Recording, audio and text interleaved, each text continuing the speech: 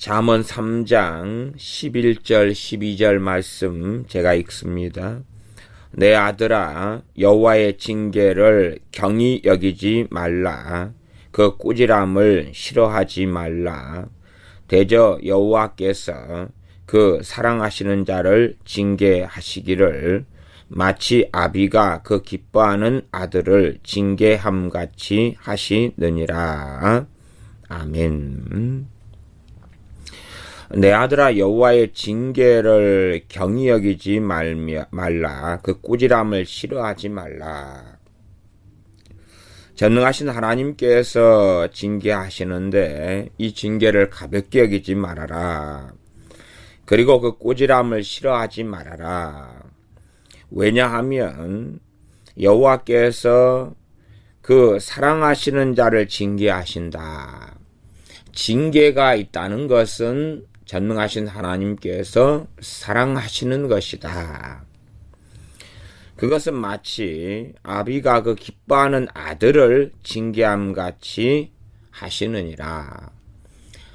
이 부모가 자신의 사랑하는 자식을 바르게 가르치고 교육하고 양육하기 위한 징계처럼 여호와 하나님의 징계는 그러하다 하는 징계에 대한 놀라운 말씀을 하고 있습니다.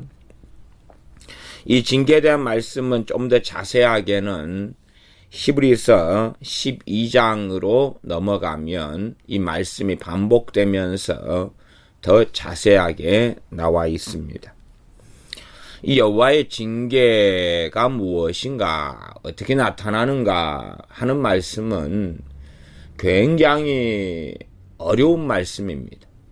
왜 굉장히 어렵냐 그러면 이것이 과연 무엇인가 해석하기가 어렵다 그 말입니다. 제가 개인적으로도 이 말씀이 도대체 뭔가 그냥 대강 넘겨버릴 때는 그런갑다 하지만은 도대체 하나님께서 징계하신다 그러면 부모가 자녀를 징계하는 것은 자주 있습니까? 적게 있습니까? 자주 있어요. 자주 있어요. 그러지 자녀들에게는 미련한 것이 얽혀있다. 처다라는 채찍이 이를 멀리하게 한다. 이런 말씀하셨는데 부모가 자녀를 징계하는 것이 어릴수록 많이 있어요. 그러나 부모가 자녀에 대한 징계는 그때마다 달라오고 자녀가 성장할 때마다 다릅니다. 예를 들어 꼬맹이가 아무거나 주 먹으면 떼찌 그렇게 하지요. 이 작은 막대기 같은 걸로 아무거나 주 먹으려 그럴 때에 많이 아프지 않게 손등을 이렇게 찰싹찰싹 때리면서 더러운 거나 찢지나 주워 먹을 때 많이 해 주어야 할 겁니다. 그래야지 얘가 좀 기어다니고 돌아다니고 뭐 먹을 것 맛을 보는 경우는 아이들은 입으로 뭔가를 확인하려고 그러는 경향을 가져요. 그래서 입에서 아무거나 다 막 집어넣어요. 핸드폰도 입으로 넣어가지고 막 빨아보고 삼키고 싶은데 핸드폰이 커가지고 못 삼켜지는 것 뿐일 거예요. 충분히 작으면 삼켜버릴 거예요. 이게 어떤 아이는 갑자기 애가 좀 문제가 생겨서 병원에 데리고 가봤더니 아이 뱃속에가 동전이 많이 들어가 있었던 거예요. 동전만 있으면 막 삼켰던 거예요. 부모 몰래. 또 어떤 아이는 구슬을 많이 삼켜가지고 뱃속에가 많이 있던 애도 있어서 수술을 하거나 해서 뺐다 그러는 경우도 있어요. 이렇게 막 삼키는 거예요. 막 볼펜을 삼키려고 하는데 안 삼키니까 빨고 화장품을 빨고 화장지 막 입에서 빨고 해서 화장지가 입에 묻고 하는 경우도 심심치 않게 있습니다.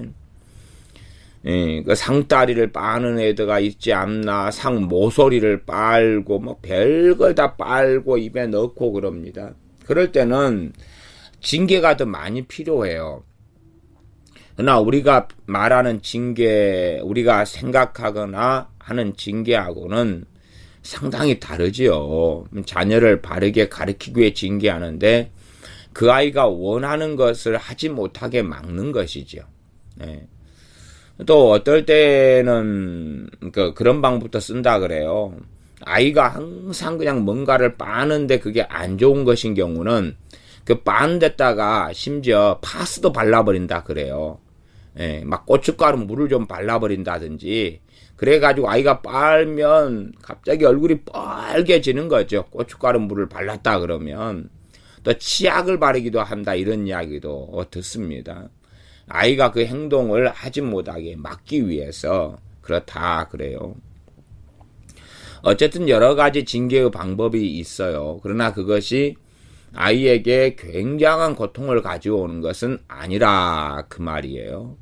이것이 아마 제가 이 잠언 3장에서 12절 대저 여호와께서 그 사랑하시는 자를 징계하시기를 마치 아비가 그 기뻐하는 아들을 징계함 같이 하시느니라.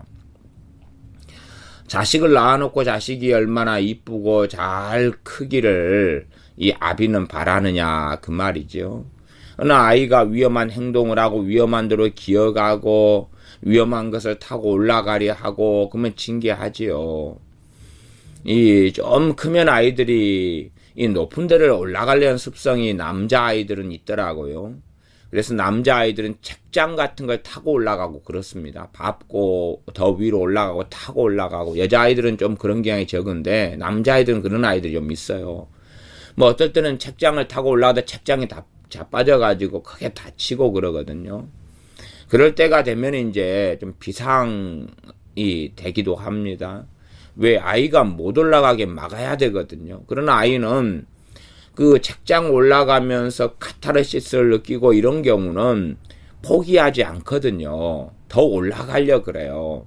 어른이 볼 때 올라가는 것이야 좀 중간쯤 올라가면은 다시 얼른 안아가지고 내리면 되지만 이런 것을 어른이 안 볼 때, 부모가 안 볼 때 그런 행동을 했다 그러면 올라가다 위에서 떨어져 버릴 수가 있어요. 책장이 넘어져 크게 다치는 경우도 떨어지는 경우도 있기 때문에 다시 안 돼, 뗐지 했어요. 그런데 또 계속 그렇게 하면 안 돼, 뗐지 하지요.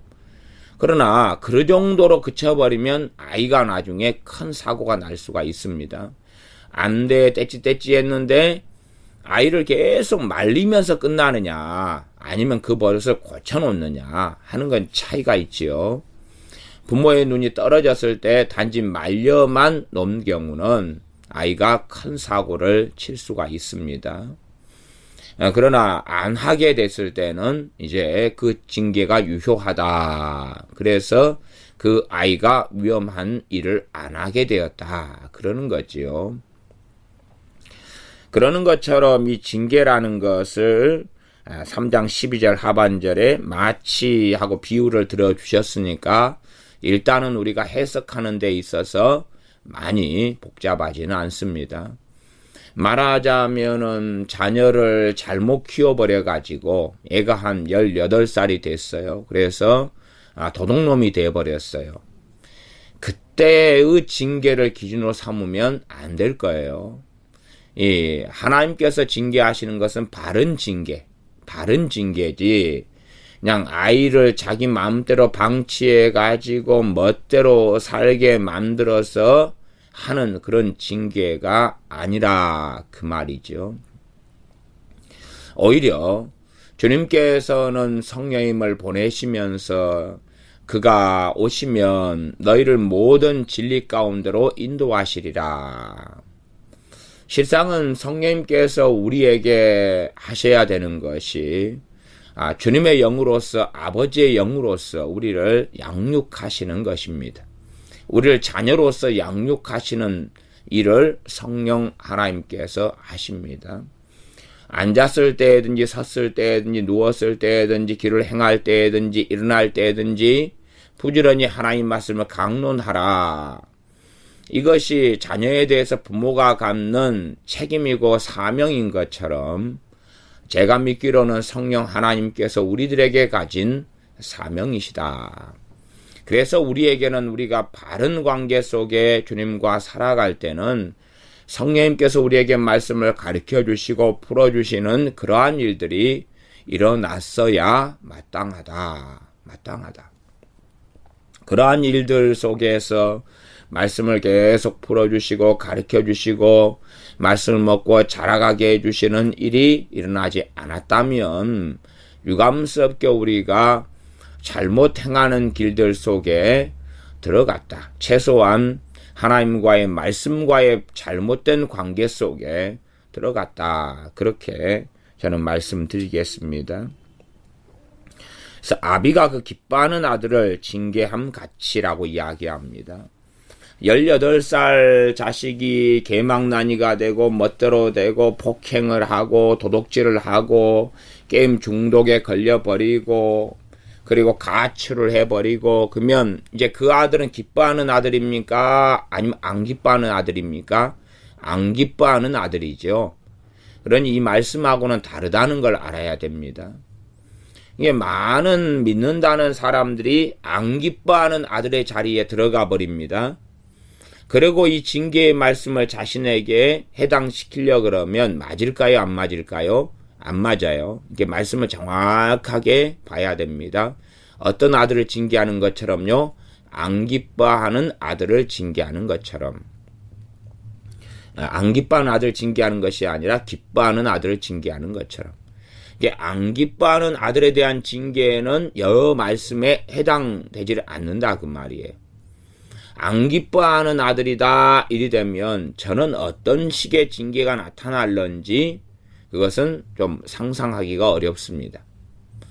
징계보다는 있으면 심판이 있을 수도 있고 혹은 징계가 있으나 그것은 굉장히 이 말씀하고는 다른 그러한 징계가 있을 가능성이 있으나 그것보다는 아마 저는 하나님의 무관심 혹은 내어버려 두심 하나님의 내어버려 두심에 대한 말씀들이 있습니다. 로마서 1장 같은 경우도 하나님께서 그들을 내어버려 두셨다라고 말씀하거든요. 그러함에 그러한 내어버려 두심이 이제 기뻐하지 않는 그러한 아들에 대한 징계이지 않나 싶습니다. 로마서 1장을 한번 봐보겠습니다. 로마서 1장 말씀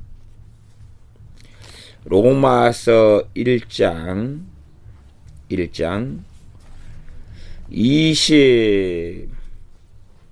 21절부터 제가 읽어보겠습니다. 로마서 1장 21절부터 하나님을 알되 하나님으로 영화롭게도 아니하며 감사치도 아니하고 오히려 그 생각이 허망하여지며 미련한 마음이 어두워졌나니 스스로 지혜 있다 하나 우준하게 되어 썩어지지 아니하는 하나님의 영광을 썩어질 사람과 금수와 버러지 형상의 우상으로 바꾸었느니라.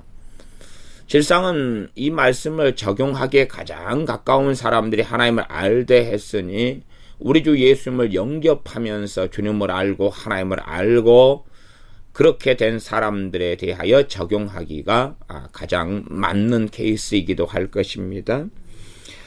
그런데 이러한 사람들이 이제 하나님을 떠나고 이 하나님의 영광을 사람의 영광으로 금수와 버러지 형상의 우상으로 우상 숭배로 돌아가고 또한 그러한 우상을 말하자면 재물을 돈을 사랑하고 사람의 영광을 취하고 구하며 하나님을 기쁘시게 하기보다는 사람을 기쁘게 하고 또한 사람 사이에 인정과 존경을 받으며 성공과 명예와 재물을 받으며 쾌락을 없는 대로 몰두해 갈 때에 24절 그러므로 하나님께서 저희를 그 사람들을 마음의 정욕대로 더러움에 내어버려 두사 저희 몸을 서로 욕되게 하셨으니 이것이 끝까지 더 넘어가면 그러면 어디까지 갑니까?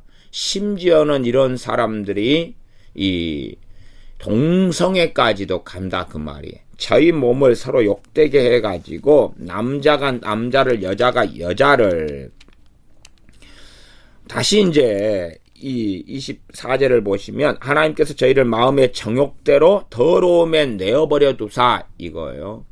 근데 이것도 징계라고 볼 수 있죠. 징계인데 이 상황에서 징계는 가장 하나님의 두려운 징계입니다. 두려운 징계인데 그들의 삶에 관여하지 않는다 그 말이지.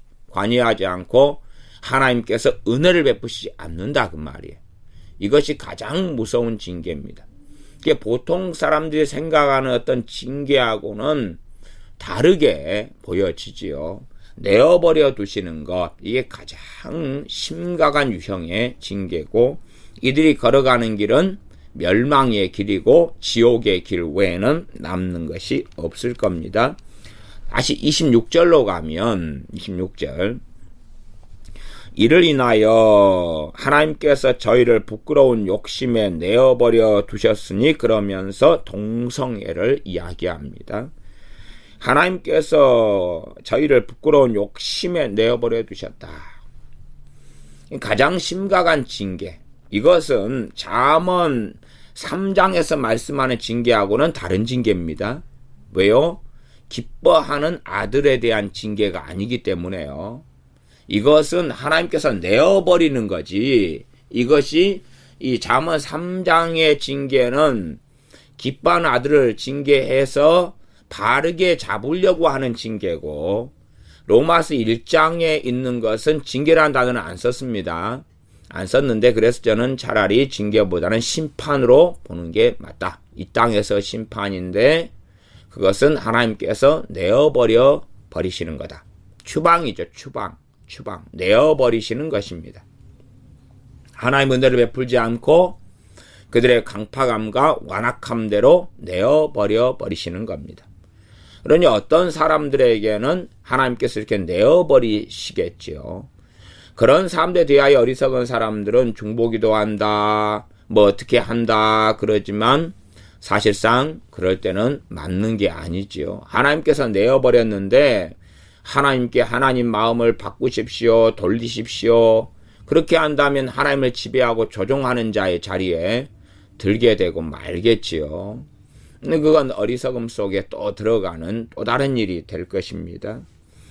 다시 잠언 3장으로 가면, 그래서 아비가 그 기뻐하는 아들을 징계함 같이 하시느니라. 이것이 이 징계를 이해하는 기본 비유입니다. 기본 비유. 이러한 일들은 우리가 많이 경험하고 알고 있습니다. 우리가 자녀를 키워가면서 바르게 여러분이 어떨 때 자녀를 징계할 때는 이 기뻐하지 않는 자식을 징계할 때가 있어요. 그잖아요. 애가 너무나 못된 일을 하거나 너무나 부모의 마음에 기쁨이 아니라 슬픔과 문제를 가져올 때 하는 징계도 있을 거 아니에요.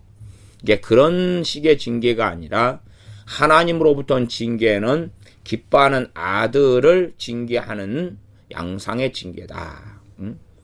그리고 그 이상이 넘어갈 때는 지금 이 본문이 다루고 있는 것은 아닙니다.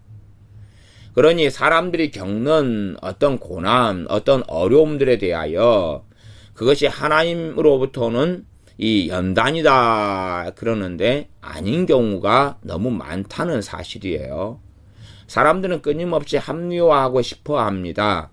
자기가 겪는 사탄의 공격, 사탄의 역사, 마귀의 역사, 죄로 인한 고난, 하나님의 지혜가 아니라 자신의 지혜, 자신의 판단, 자신의 어리석음, 자신의 귀가 얇음, 자신의 탐욕, 정욕, 욕심 등으로 행하는 일로 인해서 벌어지는 많은 일들을 하나님의 연단이나 아니면 하나님 앞에서 고난이나 이런 말로 포장해가지고 자기 의로움 속에 들기를 좋아합니다.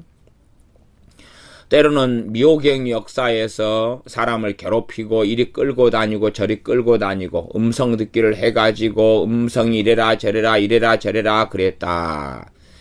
그래서 시키는 대로 해서 너무 고생스럽고 힘든데 그것을 하나님께서 연단하고 계시는 중이다. 그런 식으로 믿기를 좋아합니다. 그러나 그것은 더러운 영이 행하는 일들 속에 속합니다. 다시 잠언 3장 11절로 가면, 내 사랑하는 내 아들아, 여호와의 징계를 경히 가볍게 여기지 말라. 그 꾸지람을 싫어하지 말라. 하나님의 징계, 하나님의 꾸지람, 이것을 가볍게 여기지 말고 싫어하지 말아라. 꾸지람을 좋아해라. 이게 뭔지를 알아야지 좋아하지요. 뭔지를 모르는데 어떻게 좋아하겠느냐, 그 말이에요. 예를 들어 제가 이 잠언 3장의 말씀과 연결되는 게 히브리서 12장 말씀인데, 이런 말씀을 가지고 몇 년을 지나도 저 개인적으로는 잘 모르겠더라고요. 하나님의 징계가 어떻게, 말하자면 제가 몇 년을 지났다는 이야기는 몇 년을 사는 가운데 이 어린 자녀를 키우는 부모가 몇 년 동안 자녀를 징계하지 않을 일이 있겠어요, 없겠어요? 그런 일이 없겠지요. 무진장 징계하겠죠. 무진장하겠죠. 어린 자녀가 학교 갔다 와 숙제도 안 하고 손발도 안 씻고 밥 먹으라 했는데 밥도 안 먹고 막 그러면 야야 그러지 말아라. 지금 얼른 손발 씻어야지. 양치하고 자야지. 막 그럴 거 아닙니까? 이게 꾸지람이죠. 꾸지람. 그런 게 없을 수가 없다 그 말이에요. 그런데 예를 들어 1년, 2년을 제가 저 자신을 살피는데 하나님으로부터 오는 꾸지람이나 징계가 어디 있나 살피는데 도무지 알 수가 없더라 그 말이에요. 도무지 알 수가 없어요. 도대체 하나님의 징계와 꾸지람은 어디 있는가 알 수가 없어요. 그래서 이러한 말씀을 제가 무슨 뜻인가 제가 이제 설명하는 것도 다 옳은 게 당연히 아닙니다. 제가 그냥 말씀이 이런 거라고 나는 해석하고 믿는다 하는 것이지 정확히 이 뜻이 이거다라고 말씀드리는 건 아니에요. 그러니 듣는 여러분 안에 성령의 화답이 있어서 저 의미가 100%는 아니지만 어느 정도 저 해석이 맞다 하는 화답이 있을 때에 받아들이셔야 됩니다. 이게 그만큼 저는 이 말씀이 사실은 어렵더라고요. 어려워서 예전에는 이제 이 뒤에 말씀을 생각을 못 했어요. 근데 제가 12절 하반절을 제가 그렇게 강조하는 것입니다. 대저 마치 아비가 그 기뻐하는 아들을 징계함 같이 하시느니라. 이걸 강조하는 거예요. 저는 이걸 생각하지 않은 채로 말하자면 징계 그러면은 그 학교 선생님이 좀 지각했다고 당구 몽댕이를 가지고 그냥 막 20대를 엉덩이를 피가 튀도록 때리는 거예요. 아니면 제 군대 가서 이 고참이 줄바따를 때리는 막 그런 거 새벽 2시에 불러내 가지고 막 사람을 괴롭게 하고 발로 옆구리를 차고 그러한 징계가 연상이 되는 거예요. 이게 그런 방식을 자꾸만 도입을 하려고 했던 거예요. 왜냐하면 많은 사람들의 간증이 자꾸만 그런 쪽으로 되어져 있는 게 많더라 그 말이에요. 말하자면 막 쇼킹한 거, 특별한 거, 1년에 몇 차례나 몇 년에 그냥 한 번이나 있는 이런 특별한 이런 간증들을 사람들이 또 하더라 그 말이에요. 설교자도 하고 부흥사분들도 하고 그래서 그런 것인갑다 하고 대입을 시키는데 안 맞더라 그 말이에요. 그러니 사실은 이 말씀을 가지고 살아도 10여 년 이상 동안을 궁금해하고 이게 도대체 어떻게 하나님께서 자녀를 키우는 것처럼 나를 징계하신다면 생활하는 곳곳에 있어야 될 텐데 없다. 도대체 이게 뭔가 어디에 있는가 하는 그런 것을 생각을 할 수밖에 없었습니다. 자, 일단은 징계가 무엇인지는 그 다음에 다시 이제 히브리서 12장의 본문을 보면서 다시 살피고요. 이 본문의 말씀이 반복되어 있거든요. 결과적으로는 이 징계를 안 다음에는 징계를 가볍게 여기지 말아라. 가볍게 여기지 말라는 것은 충분히 가볍게 여기고 지나갈 만한 가볍게 온다. 소위 말하면 징계나 꾸지람, 뒤에 꾸지람이라는 단어는 징계란 말하고 반복적으로 쓰이는 말로 볼 수 있어요. 반복적으로. 그래서 이 징계란 말로 들어가면 굉장히 무거운 단어가 되는데 뒤에 꾸지람으로 가면 가벼운 단어가 됩니다. 그런데 징계를 경여기지 말고 꾸지람을 싫어하지 말라. 그러니까 징계와 꾸지람이 유사하거나 아니면 좀 달라도 수준은 비슷하다. 그렇게 이해하실 수가 있겠습니다. 징계라는 단어 때문에 너무 무겁게 생각해가지고 하나님의 징계가 있으니까 교통사고 나서 다리가 하나 장애인이 돼버렸고 다리가 잘려버렸고 막 그렇게 생각하면 곤란합니다. 여러분이 사랑하는 자녀가 말을 안 들으니까 사랑하는 자녀를 사람 만들려고 다리를 잘라봅니까? 교통사고 나가지고 중환자로 만들어서 병원에 집어넣어 버립니까? 그건 말이 안 되죠. 말이 안 돼요. 아니면 극단적으로 이 정도만 해도 좀 곤란해질 겁니다. 사랑하는 자식을 빨가벗겨가지고 집 밖으로 쫓아내버려요, 겨울에. 좀 이런 징계도 하는 부모는 없습니다. 한다 그러면 그 부모는 상당히 뭔가가 이상한 사람입니다. 그죠? 그래서 이 사랑하는 자식, 기뻐하는 아들을 징계함같이 한다는 것이 이 말씀에 대한 이해의 기본이고, 그 다음에 12절 상반절, 대저 여호와께서 그 사랑하시는 자를 징계하시기를. 이게 사랑하는 자녀니까 징계한다. 길 지나가는 남의 자식이 담배를 찍찍 물고 그냥 고등학생인데 지나간다. 그러면 참 그런 남의 자식을 징계한다는 것은 쉬운 일이 아니지요. 얼마나 요즘 10대가 무섭습니까? 괜히 남의 자식한테 야, 너 고등학생 같은데 왜 그리 담배를 물고 다니냐? 그러지 말아라. 그러면 요즘에 싹수가 노란 애들은 막 욕을 하고 그냥 가봅니다. 그러면 상처를 받아버려요. 괜히 그냥 어른이라고 이야기 한마디 했다가 아줌마 자식 놈이나 똑바로 하시오. 그리고 막 남이사 그러면서 해버리면 충격을 굉장히 받을 수가 있어요. 막 욕까지 해버리고 달려가 봅니다. 그 정도 되면은 그 큰일이죠. 그러니 남의 자식은 내가 여호와께서 그 사랑하시는 자를, 나는 길 지나간 남의 자식을 사랑하지 않아요. 이름도 몰라, 성도 몰라 그러지요. 재수하는 동네에서 항상 보는 옆집 아들, 그런 경우는 뭐 그러면 야야 니 왜 그러냐 그리고 하지요. 옆집 자식이라도 내가 사랑할 수 있으니까요.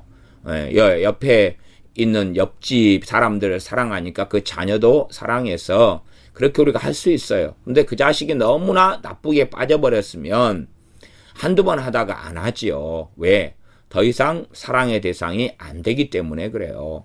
왜? 거부하니까. 그리고 오히려 상처를 주고 막말을 하고 그렇다면 사랑의 대상이 될 수가 없는 거예요. 그래서 이제 그만하고 안 하지요. 그러니 사랑하시는 자를 징계하신다. 사랑하시는 자를 징계하신다. 하나님께서 우리를 사랑하시기 때문에 혹은 사랑하신다면 뭐가 있다는 이야기입니까? 징계가 있다는 것이 징계가 있다. 그렇다면 우리가 우리의 자녀를 키울 때에 우리가 하는 징계와 꾸지람을 잘 생각해 보아야 된다는 이야기죠. 수시로 징계, 꾸지람, 책망이 있어 왔다는 이야기예요. 우리 교회 어린애들이 여럿이 있는데 그 어린애들이 이제 안 좋은 행동을 하려 그러면 떼찌 막 그렇게 하지요. 그러나 그것은 아이들의 신체에 심각한 손상을 주지도 않고 피부 껍질을 벗겨지게도 안 하고 그럽니다. 뭐 작은 매를 가지고 손등을 딱딱딱 두드리는데 심각하게 아프지 않아요. 그냥 경고죠, 경고. 그 정도가 징계와 꾸지람입니다. 아주 아이가 잘못 빠져버렸을 때는 기뻐하는 아들이 아니겠죠. 어중간하죠. 얘를 기뻐할지 안 기뻐할지 모르는. 또 사실은 많이 커가지고 잘못된 행동을 할 때는 안 기뻐하는 자식이죠. 안 기뻐하는 자식을 이제 초달을 하고 회초리를 때리는 일도 있지요. 용돈을 안 준다. 네 그딴 식으로 행동할 때는 안 된다. 별로 기뻐하지 않게 되어버리는 상황까지 가지요. 그런 경우에 이 말씀에 해당되지는 않습니다. 어디까지냐 그러면 하나님께서 사랑하시는 아들, 기뻐하시는 아들, 사랑하시는 자를 징계하시는 것까지.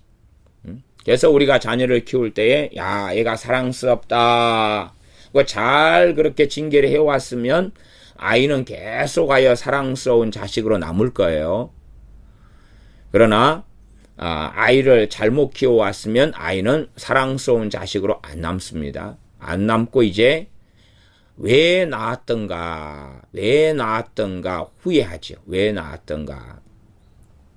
이게 어떤 부모는 자기도 포기한 자식에 대하여 하나님께 그렇게 기도하는 경우도 있더라고요. 하나님께서 징계하셔서 사람 만들어주세요. 이 징계의 말씀은 자기도 포기한 자식을 하나님이 사람 만들어주셔서 징계해주세요가 해당되는 말씀이 아니죠. 그건 거 아닙니다. 그것은 지금 이 사람 당사자하고 하나님 아버지와 관계가 있다 그 말이에요. 관계가 있다. 그러니까 내 자식을 나도 포기했는데 나도 더 이상 손을 쓸 수가 없는데 그 말이 되겠죠. 근데 그렇게 말하는 사람하고 하나님하고는 관계가 있겠지만 부모가 손도 쓸 수 없는 자식은 이미 하나님하고 개인적인 관계는 없겠죠. 근데 하나님께서 그를 징계하셔서라도 어떻게는 그런 기도는 사실상은 말이 안 되는 기도가 될 수밖에 없습니다. 하나님 말씀에서 선을 넘어가서는 안 돼요. 더 이상 넘어갈 필요는 없어요. 하나님 말씀하시는 데까지 그리고 멈추는 것입니다. 그래서 이런 말씀을 오버해가지고 어떠한 사람이라도 하나님께서 사랑하신다 그러면 안 돼요. 그러면 안 됩니다. 해당되는 부분까지만 가는 거예요. 해당되는 부분까지만. 악인은 하나님께서 미워하신다. 그리고 성경에 많이 나왔습니다. 그런 부분을 다 이해하면서 사랑에 대한 말씀을 보셔야지 맞습니다. 그러지 로마서 1장을 얼마 전에 읽었는데 로마서 1장 말씀을 잘 보시면 아시겠지만 하나님은 동성애자도 사랑하신다. 그게 해당됩니까? 안 됩니까? 안 됩니다. 안 됩니다. 이게 동성애자도 사랑하신다. 그러한 측면이 있어요. 그래서 그들에게도 복음을 전하기를 원하셔요. 그러나 그들을 사랑하시는 게 아니라 그들을 내어버려 두시는 거예요. 그들을 내버리시는 거예요. 내버리시는 거지 사랑하시는 게 아니에요. 그러니 전 인류를 사랑하신다 할 때는 맞아요. 그들이 다 구원받기를 원하신다 하는 건 맞아요. 그러나 실제적인 관계 속에 들어가서 그들을 사랑하신다 할 때는 많은 경우가 틀리다 그 말이에요. 그래서 하나님의 사랑에 대하여 자기 멋대로 이야기하면서 이상하게 생각하는 사람이 많은데 히브리서 12장에는 그렇게 하나님의 영광을 금수와 버러지와 사람의 영광으로 바꾸는 사람들에 대하여 하나님께서는 사랑하신다가 아니라 내어버리신다가 맞지. 내어버리신다가 맞지 사랑하신다가 맞는 게 아니에요. 하나님 말씀을 제대로 살피고 보지도 않은 상태에서 자기 마음대로 성경을 이해하거나 하나님을 판단하려 하는 어리석은 사람들이 많은데 그것은 아니다. 이제 히브리서 12장으로 넘어가 보겠습니다. 히브리서 12장 4절부터입니다. 4절부터 히브리서 12장 4절부터 13절까지 굉장히 깁니다.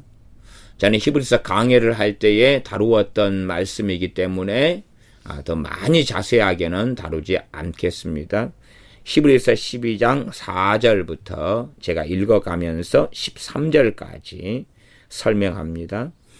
너희가 죄와 싸우되 아직 피 흘리기까지는 대항치 아니하고 또 아들들에게 권하는 것 같이 너희에게 권면하신 말씀을 잊었도다. 권면하신 말씀을 잊었도다. 이 권면이 뭐였느냐? 잠언 3장 11절 12절 말씀을 다시 반복하고 있는 것입니다. 그러니 아셔야 됩니다. 구약 성경도 그대로 유효하구나. 그 가운데 이제 예식법 같이 의식법 같이 주님의 십자가로 인하여서 성취가 된 것들, 절기 같은 것입니다. 유월절, 무교절, 초실절, 맥추절. 지금 맥추절을 왜 지키느냐? 그러게요. 왜 지킬까요? 헌금 때문에 지킨다고 봐요. 전통 아니면 말씀을 가지고 깊이 있게 상고하지 않는 것입니다. 오순절은 다른 말로 성령 강림절이에요. 성령 강림절 지났잖아요. 근데 맥주절을 지키라. 그리고 이제 한 7월 초 되면은 맥주절 지키면서 설교할 거예요. 근데 왜 그럴까요? 왜 그럴까요? 지키려면 6월절도 지켜주고 장막절도 지켜주고 다 지켜주지. 예? 나팔절도 지키고 막 하면 될 거 아니에요. 근데 왜 맥주절만 지킬까요? 왜 그럴까요? 그러면서 맥주를 지키라 그리고 설교를 막 하면 장막절을 지키라도 있습니다. 무교절을 지키라도 있습니다. 성경에. 6월절을 지키라도 있습니다. 무교절의 참날이 6월절입니다. 근데 6월절과 무교절을 같이 지키라가 있어야 돼요. 근데 왜 맥주절만 지킬까요? 맥주절과 같은 말이 오순절이고 칠칠절이고 바로 그날이 성령 강림절입니다. 그것은 지났습니다. 자 이제 4절 죄와 싸우되 아직 필리까지 대항치 아니하고 아들들에게 권하는 것 같이 너희 권면하신 말씀 잊었도다. 이제 잊지 말아라. 다시 생각해라. 그 말입니다. 그러면 죄와 싸우는데 피 흘리까지 안 싸웠다. 피 흘리까지 싸우라 그 말이죠. 그럼 죄와 싸우는데 너무 느슨하게 싸우고 있다. 죄와 싸웁니다. 자, 죄와 뭘로 싸워야 될까요? 내 의지로 싸울까요? 아니죠. 첫째는 주님의 십자가로 싸워야 됩니다.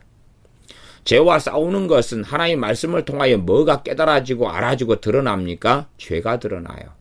하나님 말씀을 신약이든 구약이든 말씀을 통하여 죄가 드러납니다. 그러면 이 죄와 싸우는 것은 무엇입니까? 십자가로 싸우는 건데 회개지요. 죄와 싸우는 가장 놀라운 무기는 회개고 믿음입니다. 믿음과 회개가 무슨 믿음이죠? 주님께서 내 모든 죄를 위하여 십자가에 죽으셨다는 믿음. 내 모든 죄를 위하여 십자가에서 피를 흘리셨다는 믿음. 주님께서 나를 위해서 죽으셨다는 믿음. 주님께서 나의 구주시라는 믿음. 주님께서 나를 구속하셨다는 믿음. 그러한 믿음. 그리고 회개는 주님께 내 죄를 믿음으로 내어드리는 것. 주님께서 이 죄, 지금 깨달아지고 알고 심지어 지금 짓고 있는 죄를 위해서 주님께서 값을 지불하셨다는 것을 믿고 죄를 자백하는 것, 죄를 고백하는 것, 주님께 나아가는 것, 그 죄를 가지고 주님께 나아가는 것, 죄를 가지고 우리 주님을 의지하여 아버지 하나님께 나아가는 것, 이게 회개입니다. 회개를 간략하게 그냥 이야기하는 것입니다. 더 복잡하고 방대합니다만은 핵심은 그렇습니다. 그것이 죄와 싸우는 가장 놀라운 비결입니다. 그러나 사람들은 죄와 싸운다 그럴 때 자기 의지에 호소해서 안 하련다. 안 하기로 작심하련다. 죄를 안 짓겠다. 말하자면 죄에서 돌이키겠다. 그거죠. 죄를 돌이키겠다. 도둑질을 해왔으면 이제 안 하겠다. 안 하겠다. 그러나 도둑질을 해왔던 그 죄가 있기 때문에 도둑질을 할 수밖에 없도록 원수 마귀는 계속하여 공격하고 그 공격은 유효하고 효과적이 된다는 사실입니다. 내가 분노하고 싸웠던 그 죄가 가득하기 때문에 그 분노가 쉽게 사그러지거나 없어지지 않고 거기에 사단은 계속하여 역사하고 틈만 생기면 불과 기름을 들이붓는 것이 가능해집니다. 그러면 내가 분노해서 돌이키겠다. 내가 미움과 증오심에서 돌이키겠다. 다시는 짓지 않겠다. 그렇게 결단하고 결심해봐야 정죄나 자책감, 죄책감만 더할 뿐이지요. 사람들은 이렇게 죄와 싸우기를 원하는 것 같습니다. 당장은 위안이 되지만 계속되는 패배밖에 있을 수가 없습니다. 죄와 싸워야 되는데 단지 그런 식으로는 죄와 싸울 수 없습니다. 첫 번째는 주님의 십자가 없이는 싸울 수 없다. 주님의 피 흘리심 없이는 싸울 수 없다. 또한 주님과 함께가 아니면 싸울 수 없다. 믿음과 회개로 싸워야 한다. 두 번째는 기도로 싸워야 한다. 기도는 은혜의 통로지요. 기도는 하나님의 도우심의 통로입니다. 그 다음엔 하나님의 말씀으로 싸워야 된다. 말씀만이 사람을 변화시킵니다. 기도는 돕는 것이고 말씀이 사람을 변화시키는 거지 말씀 없이 사람의 변화는 없습니다. 영원하신 하나님의 말씀으로 너희를 낳으셨느니라. 하나님의 말씀으로 우리는 거듭나고 태어나고 변화돼가고 성장해 가는 것입니다.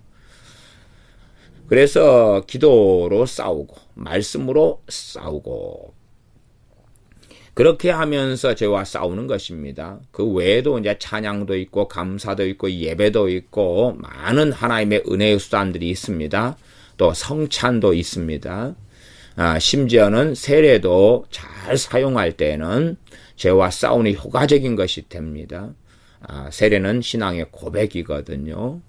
나아가서 어제 말씀을 드렸지만 이 헌금은 신앙 고백이다 그랬습니다.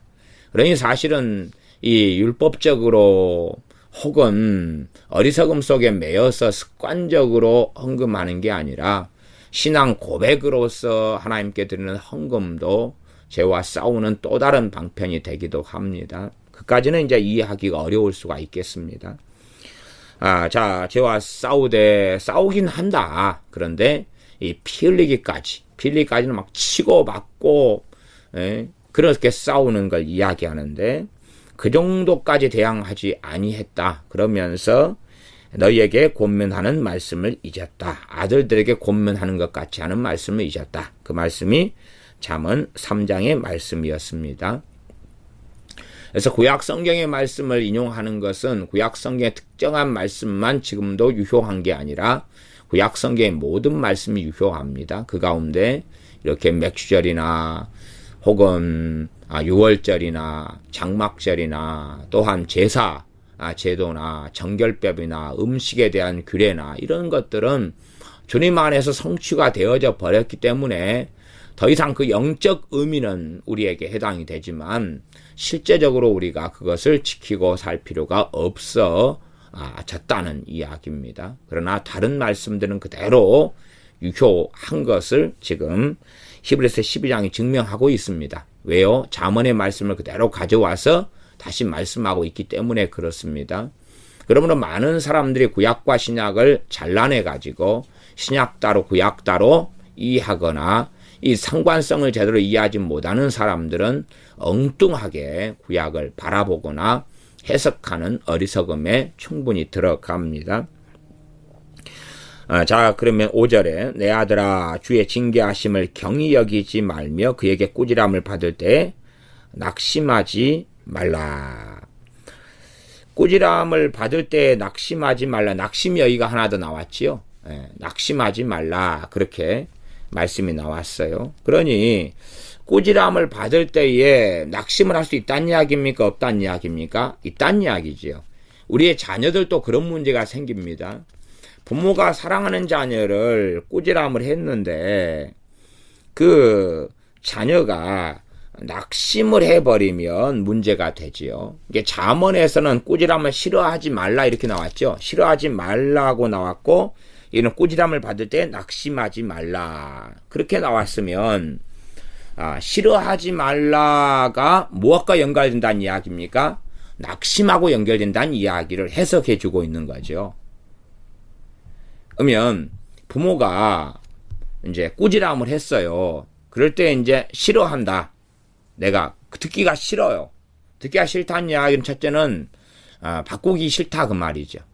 그 다음에 귀담아 듣지 않는다는 거죠. 근데 이것을 통하여서 어떤 문이 열리냐면 낙심의 문이 열린다 그 말이에요. 낙심의 문이.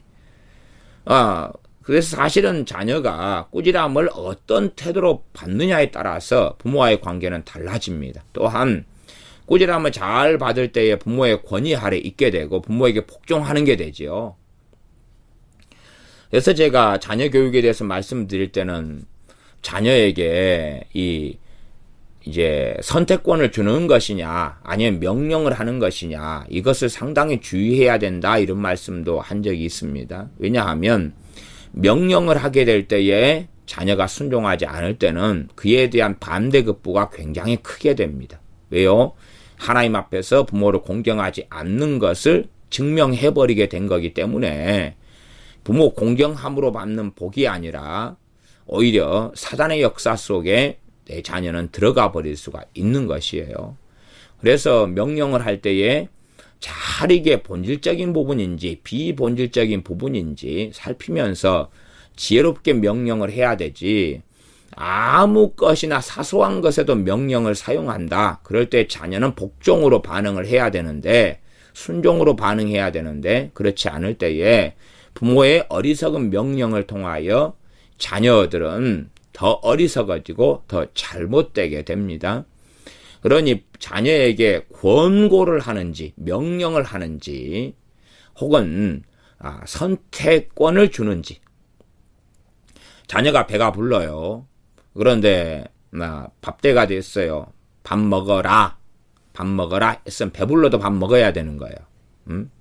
근데 지금 밥때인데 밥을 먹으려면 먹어라. 그러면 선택권을 준 거지요. 안 먹어도 부모의 명령에 불순종한 게 아니에요. 그런 것을 잘 구별해서 지혜롭게 해야 돼요. 명령이라는 것은 굉장히 중요한 것입니다. 그렇기 때문에 그 명령에 대해서는 순종했느냐 불순종했느냐의 정확한 결과가 있어야 된다 그 말이에요. 그러함에 함부로 명령해가지고 자녀를 노엽게 하고 또한 하나님 앞에서 자녀는 함부로 명령했더라도 순종해야 돼요. 그러니 이제 양자가 다 문제가 생기는 일들이 많습니다. 꾸지람을 받을 때 낙심하지 말아라. 꾸지람을 제대로 못 받을 때 혹은 꾸지람을 들을 때에 자녀들의 태도가 낙심이 올 수가 있다 그 말이. 마음을 잘 못 지킬 때에 자기 비하로 들어가고 정죄로 들어갈 수 있잖아요. 그렇게 될 수가 있어요. 이게 예를 들어서 성령의 역사하심 가운데 하나가 뭐냐, 이 징계에 이제 속하는 이야기를 좀 설명을 시작하겠습니다. 죄를 깨달아지는 거예요. 죄가 깨달아지는 것. 죄가 깨달아지는 것. 죄가 깨달아지는데 무엇이 찾아올 수 있어요? 낙심이 찾아올 수 있어요. 나는 이거밖에 안 되는가? 정죄가 일어날 수 있다 그 말이에요. 죄책감, 자책감, 자기 비하. 그런 사람은 꾸지람을 듣는데 누구를 의지하여 듣지 않는 거예요? 주님을 의지하여 듣지 않는 거예요. 그리고 주님 없이, 중보자 없이, 대제사장 없이 꾸지람을 듣는 거예요. 그러면 자기의 의지와 자기의 노력과 자기의 행위와 자신의 힘을 의지해야 되잖아요. 그러나 자신의 힘이 없어요. 자신이 연약해요. 그러니 뭐가 찾아옵니까? 낙심이 찾아오죠. 낙심이 찾아오죠. 그래서 자녀들이 꾸지람을 들을 때에 이 복음적으로 주님 안에서 꾸지람을 하느냐 아니면 그렇지 않느냐. 말하자면 자녀가 도무지 감당할 수 없는 것을 감당하라고 혼을 낸다. 그러면 그것은 낙심이 찾아올 거겠지요. 예를 들어 자녀는 항상 이 조급함으로 살아간다. 그런데 조급하지 말아라. 그렇게 이제 예를 들어서 한 1년을 말했는데 지금도 자녀가 조급해요.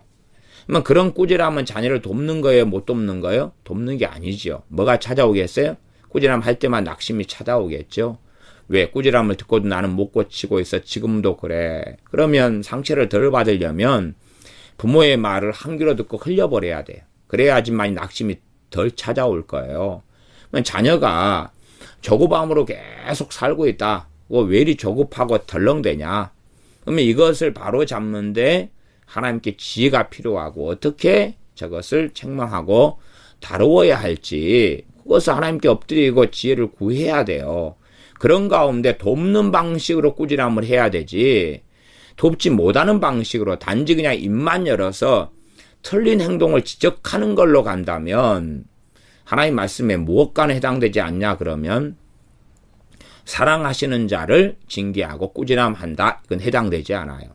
이게 말하자면 부모는 착각 속에 사는 것입니다. 나는 자식들을 사랑하고 있어. 자식을 사랑하고 있어. 그건 일반론이고요. 일반론이고, 꾸지람을 지금 하고 있는 이때에 자식을 사랑하고 있느냐를 살펴야 되는 거예요. 이게 일반적으로 나는 내 자식을 사랑해, 그거 맞는 이야기예요. 그런데 꾸지람을 하고 있는 이때에 정말 나는 자녀를 사랑하고 있는가? 감정적인 이야기를 하고 있는 거 아니에요. 정말 사랑하는 부모는 꾸지람을 하면서 자녀를 어떻게 세워줄까 하는 방식으로, 어떻게 도울까의 방식으로 꾸지람을 하지, 툭 던져놓고 네 알아서 해, 그리고 그렇게 못하면 가만두지 않을 거야 하는 방식으로는 할 수가 없는 거예요. 그건 자녀를 실제적으로는 미워하는 거기 때문에 그래요. 자녀를 말로는 사랑한다 그러면서 부모의 많은 잔소리와 꾸지람은 자녀에게 책임을 전가해버리고 행동이 도무지 되지 않는 영역들을, 결과를 만들어내.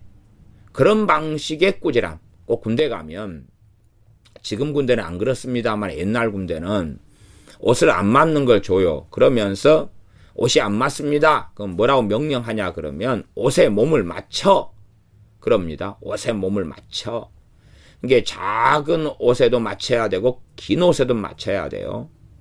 사실은 그 명령의 이면에는 뭐가 있냐 그러면요, 이 군대라는 사회가 일일이 한 사람 한 사람에게 다 맞춰줄 수 없기 때문에요. 진짜로 옷에 몸을 맞춰가 아니라 다른 동료는 옷이 클 거예요. 가서 적절하게 지혜롭게 서로 바꿔가지고 맞는 옷을 찾아. 그런 이야기 본래는요. 그래서 진짜로 말 그대로 그냥 작은 옷을 맞춰서 몸을 줄이고 다이어트를 하고 그러한 이야기는 아니에요. 좀 스스로 지혜롭게 행동해가지고 잘 그렇게 동료들 가운데 옷 치수를 적절하게 맞는 걸 찾는 수고를 해. 그런 것이 담겨 있지요. 그런데 어리석은 자녀들은 특별히 또 마귀 역사가 많이 들어와 버린 경우에는 의지력으로 안 된다 그 말이에요. 안 되는 것을 갖다 잔소리만 해가지고는 뭐가 찾아옵니까? 낙심이 찾아와요. 낙심이 찾아오고 거기에는 또 다른 이 사탄의 역사에 틈을 주고 그것이 계속하여 들어올 만한 문을 열어버리게 되지요. 사실은 그렇게 하면서 나는 자녀를 사랑하고 있다 그러면 하나님께서는 야, 너는 거짓말하고 있다. 너는 자녀를 사랑하는 방식이 아니라 미워하는 방식으로 행하고 있다. 그런 거지요. 제가 자녀 교육에 있어서 굉장한 위험성으로 경고하고 있는 것은 과보호입니다. 과보호하는 부모들은 자녀에 대해서 어떻게 하고 있다고 생각하겠습니까? 나는 자녀를 끔찍이 사랑하고 있다. 그렇게 믿고 있죠. 끔찍이 사랑하고 있다. 끔찍이 사랑하고 있는 게 아니라 끔찍이 저주하고 있다. 이게 과보호입니다. 끔찍이 저주하고 있다.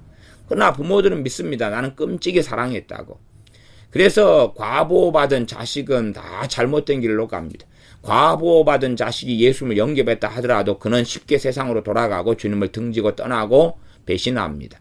또한 배신하지 않는다 그래도 10년, 20년, 30년이 지나도 믿음이 자라지를 않습니다. 과보호된 자식은 그게 끔찍한 그 참사가 나타납니다. 과보호는 무서운 것이죠. 과보호는 수동성을 일으키고 과보호는 무책임함을 일으키고 과보호는 행동을 일으키지 않고 과보호는 이기성을 일으키고 과보호는 자기 중심성을 일으키고 이 과보호는 무섭습니다. 근데 과보호를 해주면서 그러면서 자녀를 키워가는 사람들, 그러나 정말로 하나님 나는 내 자녀를 끔찍이 사랑하면서 키웠는데 왜 이런 결과가 생깁니까? 그러나 정말로 과보의 실체를 모르는 어리석은 부모일 뿐입니다. 그래서 이 잘못된 꾸지람에 들어갔을 때는 자녀에게 낙심이 찾아오는 경우도 많고요. 그 다음에 바른 꾸지람인데도 자녀의 마음이 잘못돼 가지고 낙심 쪽으로 갈 수가 있는 경우도 많습니다. 그래 정상적인 책망을 했는데도 자녀가 마음이 삐딱하고 잘못돼 가지고 어리석은 속에 나아가서 그래서 하나님과 멀어지고 부모하고도 멀어지고 그런 경우도 아주 많다는 사실입니다. 마찬가지로 우리도 마찬가지다 그 말이에요. 하나님께서 우리에게 잘못된 꾸지람을 하실 리는 없어요.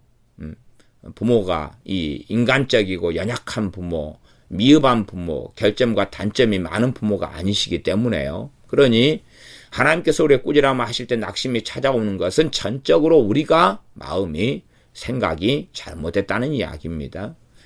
그래서 하나님의 꾸지람을 받을 때 우리가 낙심으로 갈 수 있다 그 말이에요. 기본적으로 성령님께서 죄를 깨닫게 해주시는 것. 깨닫게 해주시는 걸로 간 다음에 우리는 결심을 할 수 있어요. 다시는 안 짓겠습니다. 결심하면 그 다음에 찾아오는 것은 자연스럽게 낙심입니다. 왜요? 짓게 되거든요. 짓게 돼요. 결심하는 것으로 이제 하나님이 기뻐하실 줄로 생각해요. 작정하고 결심하는 것으로. 심지어는 결심하면서 하나님께 3일 금식으로 이 죄를 끊어보겠습니다. 그렇게 하는 사람들도 있어요. 그리고 3일 금식하면서 어떤 이 환경에 집어넣을 때는 그 죄를 안 지을 수 있다 그 말이에요. 그러나 금식 끝나고 다시 일반적인 살아왔던 삶의 환경의 자리에 돌아오면 다시 그 죄는 나타나죠. 그리고 낙심이 찾아오죠. 이렇게 금식까지 했고 결심까지 했고 노력까지 했는데 나는 이런 사람밖에 되지 않는구나. 그리고 하나님께 너무나 죄송하구나. 그리고 낙심이 들어오죠. 그러나 그것은 꾸지람을 받을 때에 죄가 깨달아지고 알아질 때에 그래서 하나님의 징계의 가장 일반적인 징계의 방식, 징계의 역사하심은 누가 행하시냐 하면 성령님께서 행하시는 것입니다. 성령님께서 행하시는 것. 성령님께 행하시는 것은 말씀을 깨닫게 되면서 말씀을 통하여 죄가 깨달아지는 것입니다. 죄가 깨달아지는 것. 죄에 대하여, 의에 대하여, 심판에 대하여 세상에 알리시리라. 그 세상은 불신자의 세상을 이야기하는 게 아닙니다. 세상에 사는 모든 사람들, 그 가운데 우리 그리스도인들을 말씀하는 것입니다. 죄에 대하여 알리시는 것입니다. 그러하지 세상 사람들에게 죄에 대해 알리시는 방식은 성령님의 직접적인 방식이라기보다도 하나님의 자녀들을 통한 방식입니다. 복음을 전하게 하시고 가르치시는 거지요. 그리고 이제 그들이 주님을 영접하고 믿게 되었을 때에 이제 개인적으로 말씀을 통하여 성령님께서 죄에 대하여 깨닫게 해주시는 일들을 시작하시면서 그를 주님 안에서 거룩해 하시는 여정을 걸어가게 하십니다. 그러니 성령님께서 우리의 죄를 깨닫게 해주시는 이 꾸지람을 하실 때에 그래서 그런 꾸지람을 우리가 자주 받고 살아가지요. 그리고 그 꾸지람을 많이 받을수록 우리는 점점 주님을 닮아갈 수 있게 됩니다. 그러나 성령님께 죄를 깨닫게 해주시는 꾸지람이 거의 없다. 그러면 이제 문제가 생긴 거예요. 왜 무슨 문제가 생겼습니까? 하나님께서 우리를 사랑하시는 아들들처럼 대우하시지 않고 있다는 문제가 생기는 거예요. 우리가 거룩해져 가려면 무엇이 다루어져야지 거룩해져 갑니까? 죄가 다루어져야지 거룩해져 갑니다. 그러면 참으로 바른 설교다. 그러면 설교는 죄를 끊임없이 다루어야 돼요. 그러나 복음이 없는 죄에 대한 다룸은 율법주의로 흘러가고 그리고 더 잘못된 세계 속에 갑니다. 그러면 죄를 피상적으로 다루는 경우들이 많으나 그것은 어리석은 일들이 될 뿐입니다. 바른 설교는 죄를 끊임없이 다루고 죄를 드러내야 됩니다. 그리고 또한 복음을 이야기해야 되고 참으로 주님을 믿는 사람들은 복음 안에서 주님 안에서 말씀을 들어야 됩니다. 주님 안에서 주님의 복음 안에서 십자가 아래에서 죄를 깨달아 가야 됩니다. 그럴 때만이 낙심이 찾아오는 게 아니라 즐거움이 찾아옵니다. 죄로 인하여 자유케 되고 죄로 인하여 붙잡혔고 죄로 인하여 억눌린 바 되었고 죄로 인하여 사단의 공격 속에 살았던 우리가 주님 안에서 십자가 아래서 죄를 깨달음으로 죄로 인하여 잡히고 억눌렸던 우리가 자유케 되며 해방을 얻게 되어져 갑니다. 깨끗함을 얻게 되어져 갑니다. 그러므로 사단의 역사는 물러갈 수밖에 없고 더 주님과의 관계는 좋아져 가고 주님의 은혜는 더 누려져 가기 때문에 죄를 깨달음은 우리에게 소망이 일어나고 즐거움이 일어나고 감사가 일어나고 노래가 일어납니다. 저는 그래서 그렇게 말씀드립니다. 회개는 슬픔으로 하는 것이 아니다. 회개는 슬픔으로 하는 것이 아니다. 어떠한 회개는 슬픔으로 해야 될 때가 예외적으로 있을 수 있습니다. 그러나 경험하신 분들은 아시겠지만 놀랍게 특별한 은총으로 회개가 일어나고 터질 때에 눈물, 콧물도 나오고 가슴을 치게 되고 하면서 회개할 수 있는데 그때에 그 사람 안에는 말로 다 할 수 없는 기쁨이 공존하는 것을 체험하고 누리지요. 그러니 큰 슬픔과 그보다 더 말할 수 없는 기쁨과 자유함이 공존하면서 하는 회개가 성령님께서 특별한 은총으로 은혜로 주시는 회개가 되어집니다. 그러한 회개는 평생에 그렇게 자주 있는 경험들은 아닙니다.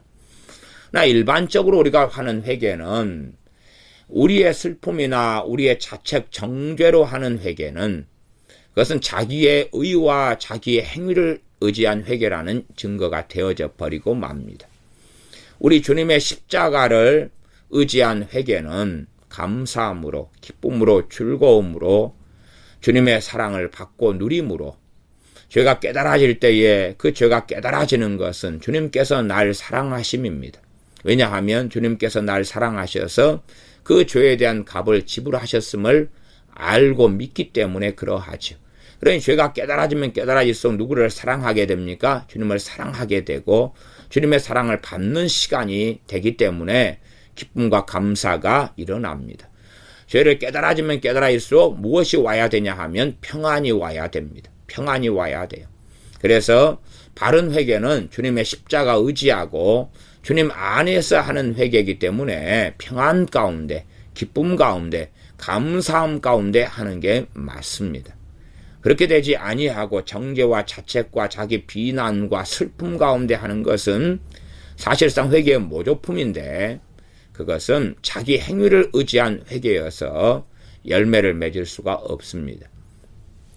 아마 이제 그런 잘못된 회개를 하는 경우에도 열매를 맺는 예외적인 일이 있는데 그건 어디에서 그러냐 그러면 성령 역사 굉장히 강한 제3세계에서는 그런 일이 있습니다.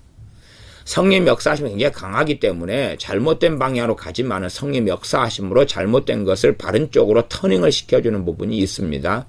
성령 역사하심이 강하기 때문에 또 현재 성령 충만함을 받고 사는 사람들은 그렇게 성령님께서 잘못된 회개가 들어가는데 터닝을 시켜버리시는 부분이 있어요.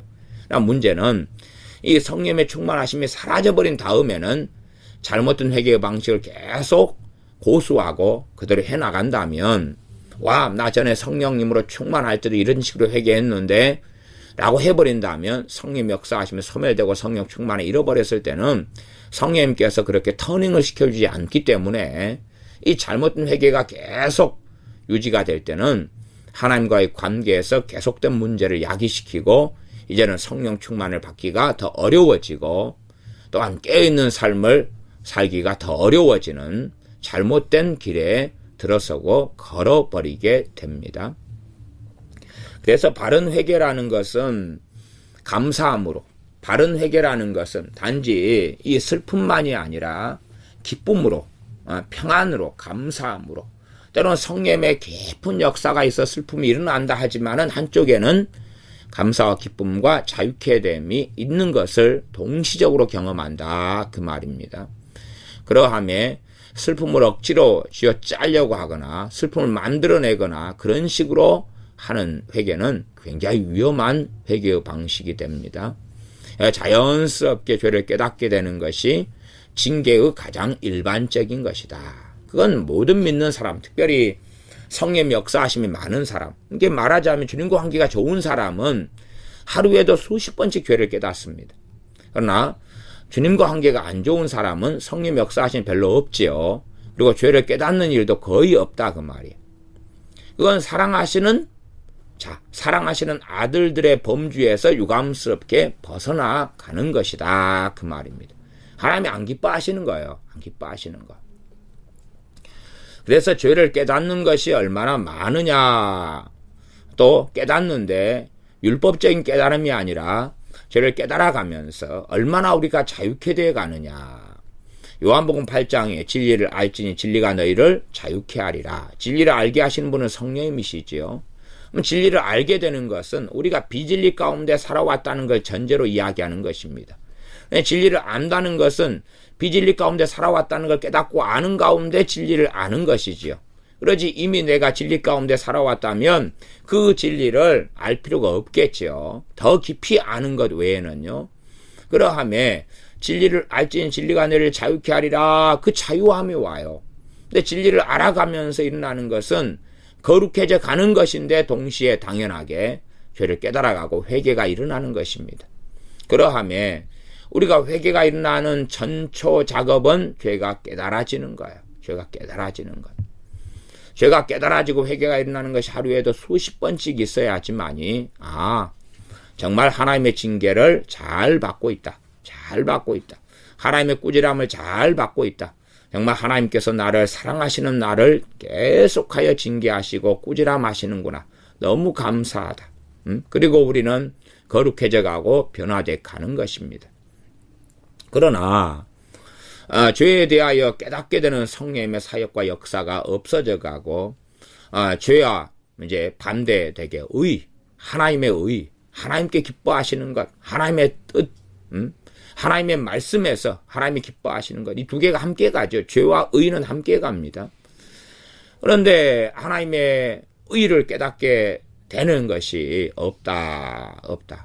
이런 사람들은 당연하게 마태복음 6장 33절 같이 너희는 그의 나라와 그의 의를 구하라 그럴 때에 그런 말씀을 맨날 듣고도 이 모든 것을 그리하면 더하시리라 하는 기도의 약속인데 그의 의가 도대체 뭡니까? 그렇게 말하겠지. 성령님께서 오시면 죄에 대하여 의에 대하여 심판에 대하여 세상을 책망하시리라 그랬는데 이 책망하시는 거죠. 누구를요? 요 꾸지람하시는 거다 그 말이에요. 그렇죠? 꾸지람하시는 거, 책망하시는 것, 경책하시는 것. 다른 말로 징계하시는 거예요. 이게 징계가 아주 그냥 큰 곤장이나 몽둥이를 가지고 과거에 사또들이 이 곤장 때리는 사람을 시켜가지고 그래서 이 곤장을 한 몇 대 맞아버리면 사람이 장애인이 되기도 하고 곤장 한 40대 맞으면 사람 죽기도 하고 그런 것 혹은 주님께서 채찍에 맞으신 것 이런 것은 사람을 죽여버리는 이런 것에 속합니다. 채찍에 맞으면서 그 채찍에 달려있는 납덩이들 같은 경우가 살점을 뜯어버리고 피가 낭자하게 흐르고 이걸 징계라고 생각하면 곤란하다 그 말입니다. 자식을 회초를 때리는데 막 납덩이가 달린 걸로 때려가지고 못이 박힌 걸로 못이 박힌 몽둥이로 때려가지고 그렇게 하는 부모는 없지요. 그것이 성경의 본문이 아닙니다. 6절로 가면 주께서 그 사랑하시는 자를 징계하시고 그의 받으시는 아들마다 채찍질하심이니라 그랬는데 잠언 이 3장에서는 그 받으시는 아들, 그 사랑하신 자를 징계하시고 징계하신다까지 하고 이제 그 다음에는 마치 아비가 그 기뻐하는 아들을 징계함 같이 하느니라 그러면서 그 다음 것은 없습니다. 그러니 그 받으시는 아들마다 채찍질 하심이니라 하는 것은 지금 히브리서에서 첨가되어 있는 것이라는 것을 알 수가 있지요. 그리고 그 다른 이야기, 그 다음에 잠언에서 나온 3장에 나온 말씀, 마치 아비가 아들을 징계하는 것처럼 하는 그런 이야기는 더 자세하게 그 히브리서 12장 7절부터 설명이 되어 있다 그 말입니다. 자 그러면 7절에 너희가 참음은 징계를 받기 위함이라. 참는 것이 징계를 받기 위함이라. 여기서 징계는 이 파이데니아라는 단어인데 이 파이데이아라는 단어 안에는 여러 가지 뜻이 들어가 있다 그랬습니다. 단지 그냥 징계만이 아니라 훈련, 연단 이런 의미들이 들어가 있다 그랬습니다. 그러니 이제 7절에는 너희가 참는 것은 징계를 받기 위함이라. 참는 것이 징계를 받기 위한 게 아니지요. 징계를 통해서 뭘 받기 위한 것입니까? 훈련되고 연단되고 바르게 우리가 훈육되기를 원하는 것입니다.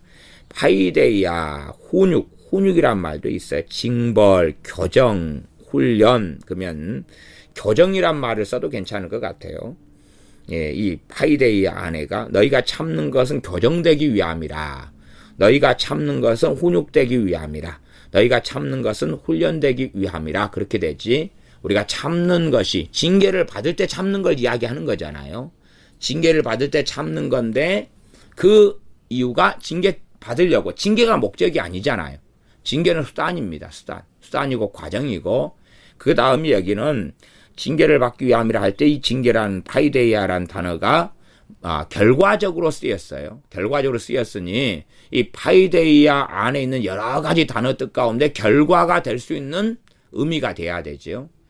그래서 뭐 세번역 성경 같은 경우는 훈련이라는 단어로 이 징계라는 단어를 아마 했던 것 같아요.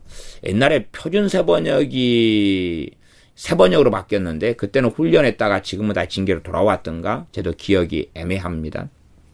그래서 이 징계라는 단어에 이 번역상에서 어려움이 있어서 많은 성경들은 징계라는 단어를 한 가지로 통일해가지고 자꾸 번역하려고 그래요. 그러나 성경에서 동일한 단어라 해도 문맥상에서 번역을 다르게 하고 이해를 해석을 다르게 하는 것은 당연합니다. 그러므로 앞에까지의 파이데이아 징계는 징계로 볼 때 맞는데 7절에는 틀리다. 7절에 너희가 참음은 연단을 이렇게 해도 되고 훈육을 혹은 교정을 받기 위함이라 이렇게 된다. 그 말입니다.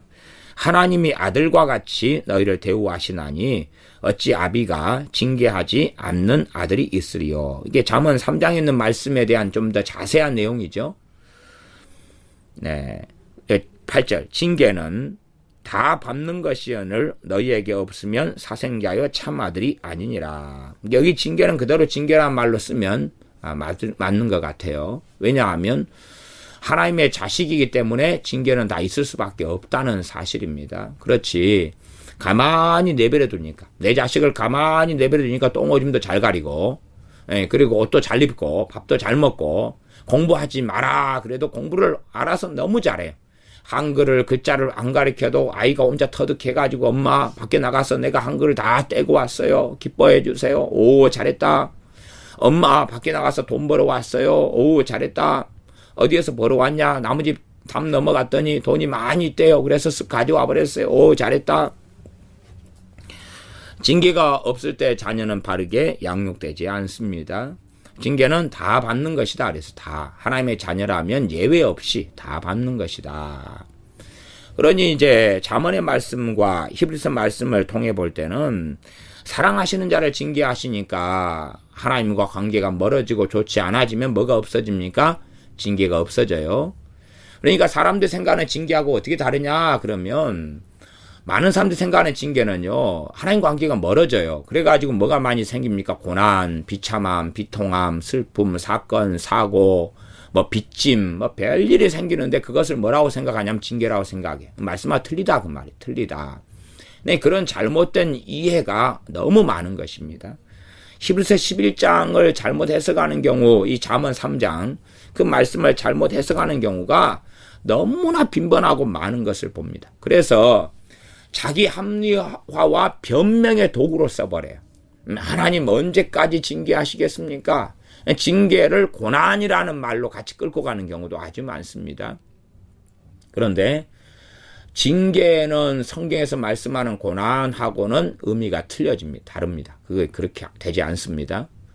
왜냐하면 여러분이 여러분 자녀 꾸지람을 하는데 그것을 고난이라고 말하면 말이 됩니까? 안 됩니까? 안 되죠. 되지 않지 않습니까? 그래 징계, 훈육, 꾸지람. 여러분의 자녀가 음식을 손으로 집어먹으려고 그래요. 그러면 안 돼, 뗐지. 그럼 젓가락 들고 먹어. 젓가락질이 좀 힘드니까 손으로 먹으려는 것 아닙니까? 숟가락으로 먹어, 포크로 먹어. 좀 힘드니까 그렇지요. 나 그렇게 꾸지람하는 것이 징계다. 그걸 고난이라고 그래버리면 저 사람은 삐끗하면 고난이라네. 그런 이상한 사람이 되고 맙니다. 그러니 우리가 하나님 관계가 좋을 때에 있는 성령 역사하심이에요. 성령 역사하심의 가장 일반적인 게 죄를 깨닫게 하시는 거예요. 말씀을 가르쳐 주시는 거예요. 말씀을 가르쳐 주신다. 내가 한 모든 말을 생각나게 하시리라. 말씀을 깨닫게 하시고 가르쳐 주시는 거예요. 그것도 또 다른 징계와 꾸지람에 들어갑니다. 왜요? 우리가 말씀대로 살고 있지 않기 때문에요. 말씀대로 살고 있지 않은 것, 세속적인 삶, 하나님의 자녀로서 살아가지 않는 것이 우리에게 너무나 찌들어 있어서 이제 다시 하나님의 자녀로 태어났기 때문에 중생했고 거듭났기 때문에 성령님께서 하나님의 자녀답게 살게 하시려고 말씀을 가르치시며 인도하시며 선생님 되셔서 우리를 모든 진리의 길로 인도하시는 것입니다. 그것이 이 징계고 그것이 채찍질이고 그것이 꾸지람이 되어집니다. 그러면 그것을 기본적인 의미로 이해하셔야 됩니다. 그걸 기본적인 의미로 이해하셔야 돼요. 자, 계속 나아가겠습니다.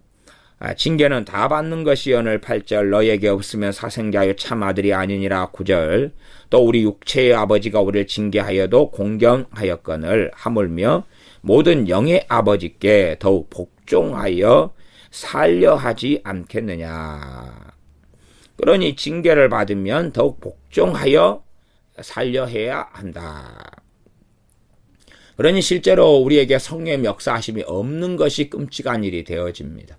성령의 역사하심이 없는 것, 징계가 없는 거지요. 우리를 바르게 양육하시고 훈육하시는 것이 없는 것.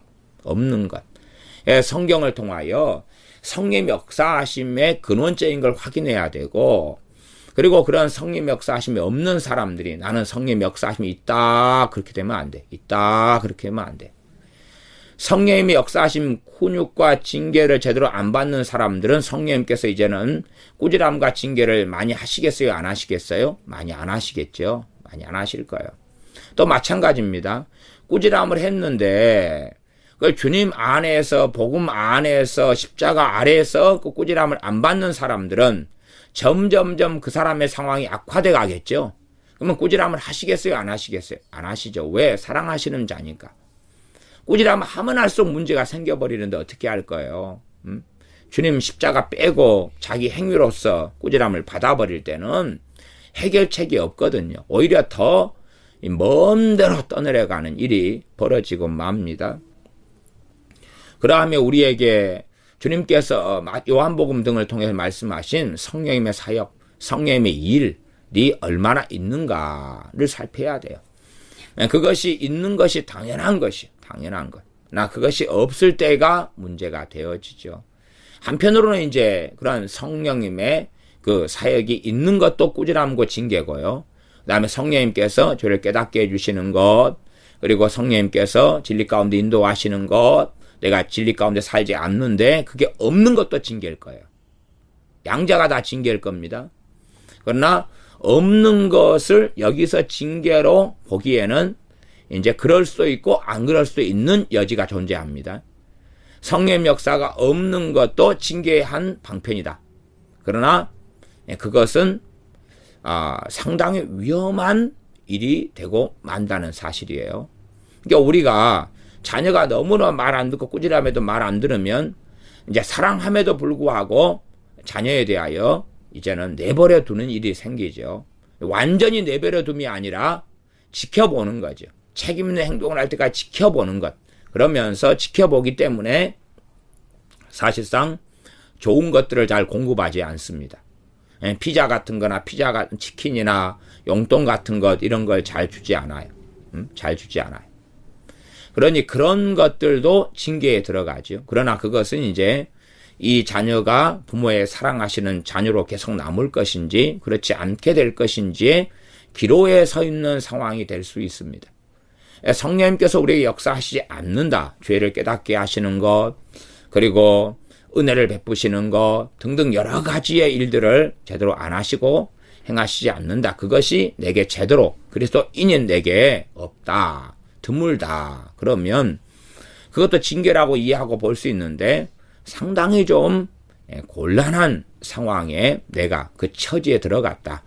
10처녀 비유로 한다면은 미련한 자, 미련한 5처녀에 들어갈 여지와 가능성이 존재해 버린다. 왜요? 미련한 5처녀는 기름을 준비하지 못했는데 기름을 뭘로 다 이해하고 해석합니까? 성령님의 기름 부으심, 성령님의 역사로 다 동의를 합니다. 그 성령의 역사하심이 미련한 5처녀에게는 없는 거죠. 그러니까 성령님께서 우리를 보혜사 되시고 또한 우리의 인도자 되셔서 이끌어 가시는데, 주의 영으로서, 아버지의 영으로서 이끌어 가시는데 이끌지 아니하신다, 그런 이야기가 되죠.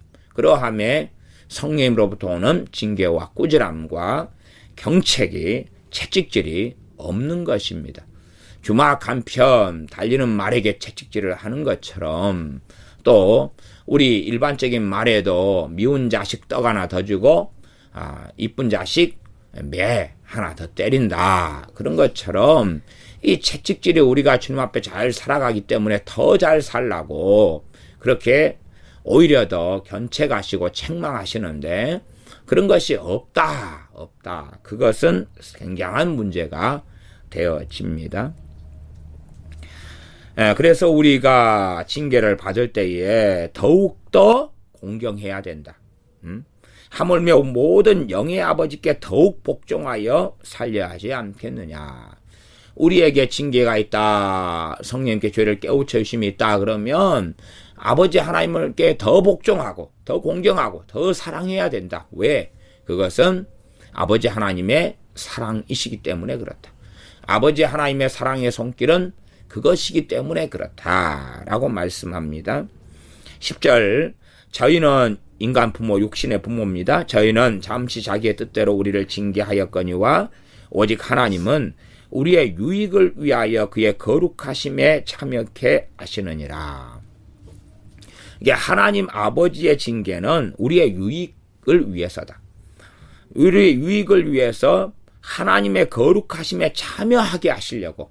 그러니 하나님의 징계는 뭡니까? 우리를 거룩하게 하시는 징계입니다. 거룩하게 하시려면 죄를 지적하고 죄를 책망하고 죄를 가르치셔야 되는 것입니다. 그러함에 죄의 문제가 제대로 다루어지지 않는다, 그런 경우는 상당히 심각한 문제가 됩니다. 이 한국교회 많은 목회자분들의 이 설교상의 문제들도 이런 거라고 볼 수 있습니다. 죄를 다루지 않는다, 혹은 죄를 다루어도 피상적으로 다룬다, 눈에 보이는 양상의 어떤 죄들을 다루는 데서 그쳐버린다, 이런 것은 심각한 문제를 이야기하게 됩니다. 11절입니다. 무릇 징계가 당시에는 즐거워 보이지 않고 슬퍼 보이나, 책망을 받고 훈육을 받고 꾸지람을 받을 때에 그것은 바로는 즐거워 보이지 않는다, 슬퍼 보인다. 그러나 본질은 즐거움을 가져오는 거기 때문에 즐거워해야지 마땅하겠지요. 후에 그로 말미암아 연달한 자에게는 의의 평강한 열매를 맺나니, 그러므로 피곤한 손과 연약한 무릎을 이렇게 세우고 너희 발을 위하여 곧은 길을 만들어 저는 다리로 하여금 어그러지지 않고 고침을 받게 하라. 이 하나님의 징계는 우리로 하여금 고침받게 하는 것입니다. 고침받게 하는 것. 그러면 사람이 이렇게 다리가 부러져서 고침받는 것은 아프고 고통스럽고 힘든 거지요. 힘든 거. 그러니 어떤 일에 대하여 동일한 꾸지람을 계속 받아도 주님 안에서, 십자가 아래에서 계속 받는다면 어느 시간을 지나서 고침을 받게 되는 일이 벌어지죠. 그러나 세상의 꾸지람처럼, 어리석은 사람의 꾸지람처럼, 책망처럼 할 수 없는 것을 하게 하는 꾸지람이 아니라는 것입니다. 그래서 이 징계가 받을 때는 11절에 즐거워 보이지 않는다, 슬퍼 보인다, 괴롭다, 힘들다, 그런 것도 있다. 그러나 이제 괴롭다, 힘들다, 이것은 비유적인 이야기로도 이해하셔야 됩니다. 그러하지 징계를 받으면서 단지 그냥 괴롭게만 받아버린다는 것은 상당히 위험성이 있는 것입니다. 징계에 대한 이야기입니다. 후에 그로 말미암아 징계를 잘 받아가지고 연달한 자에게는 의의 평강한 열매를 맺는다. 네, 징계를 받아가지고 잘 받아서 연달될 수도 있고, 잘못 받아서 더 이상 징계를 할 수 없는, 꾸지람을 하시지 않는 그런 사람도 있다는 사실이죠. 그러함에 우리에게 정말 우리를 사랑하시는 하나님께서 우리에게 자주 징계하시느냐, 자주 꾸지람하시느냐 하는 것은 굉장히 중요한 이야기입니다. 꾸지람이 많아야지 바른 길을 찾게 되고 바른 길을 알게 되면서 연달을 받을 수가 있겠지요. 그러나 그렇지 않은 사람이 연달, 다른 말로 연단 이렇게 합니다. 연단이 된 이렇게도 볼 수 있습니다. 연달한 그렇게 옛날 개혁성경은 되어 있지요. 연단된 이렇게 하는 게 좀 더 이해가 좋겠습니다. 연단된 자에게는 의의 평강한 열매를 맺는다. 의의 평강한 열매. 의의 열매인데 그 열매의 특성은 뭡니까? 평강이다 하는 거예요. 평안이죠. 평안. 평안을 누리고 없는 것. 안식을 누리고 없는 것. 의의 열매를 맺는다는 이야기예요. 근데 의의 열매의 특성은 평안이라는 사실. 평안이라는 사실입니다. 의의 열매를 맺으려니까 이 죄들을 치워내고 없애가는 것이 되겠습니다. 그래서 제가 전에 이제 이 하나님의 채찍질이나 책망이나 징계를 이야기할 때에 어떻게도 설교한 적이 있냐 그러면 기도가 막히고 잘 안 되는 것, 이것도 하나님의 일상적인 이런 책망이나 징계로 이해할 수 있다. 근데 이 징계는, 이 정도 징계는 이제 좀 귀로상에 있는 거죠. 좀 안 좋은 방식일까 좋은 방식일까 이 기로상에 있는 것이 되어질 겁니다.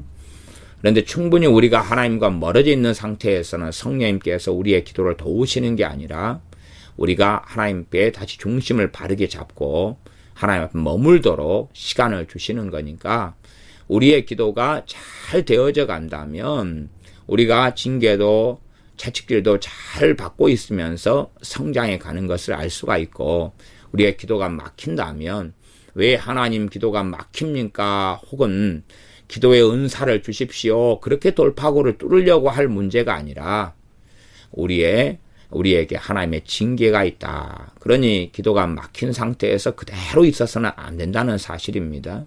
하나님 말씀의 은혜가 사라져버렸고 없어져 버렸다. 말씀을 읽어도 은혜가 안 된다. 또한 설교를 들어도 은혜가 안 된다. 단지 그냥 설교자의 문제라거나 그런 식으로 치부할 문제가 아니라 하나님과 나와의 관계를 돌이켜 봐야 돼요.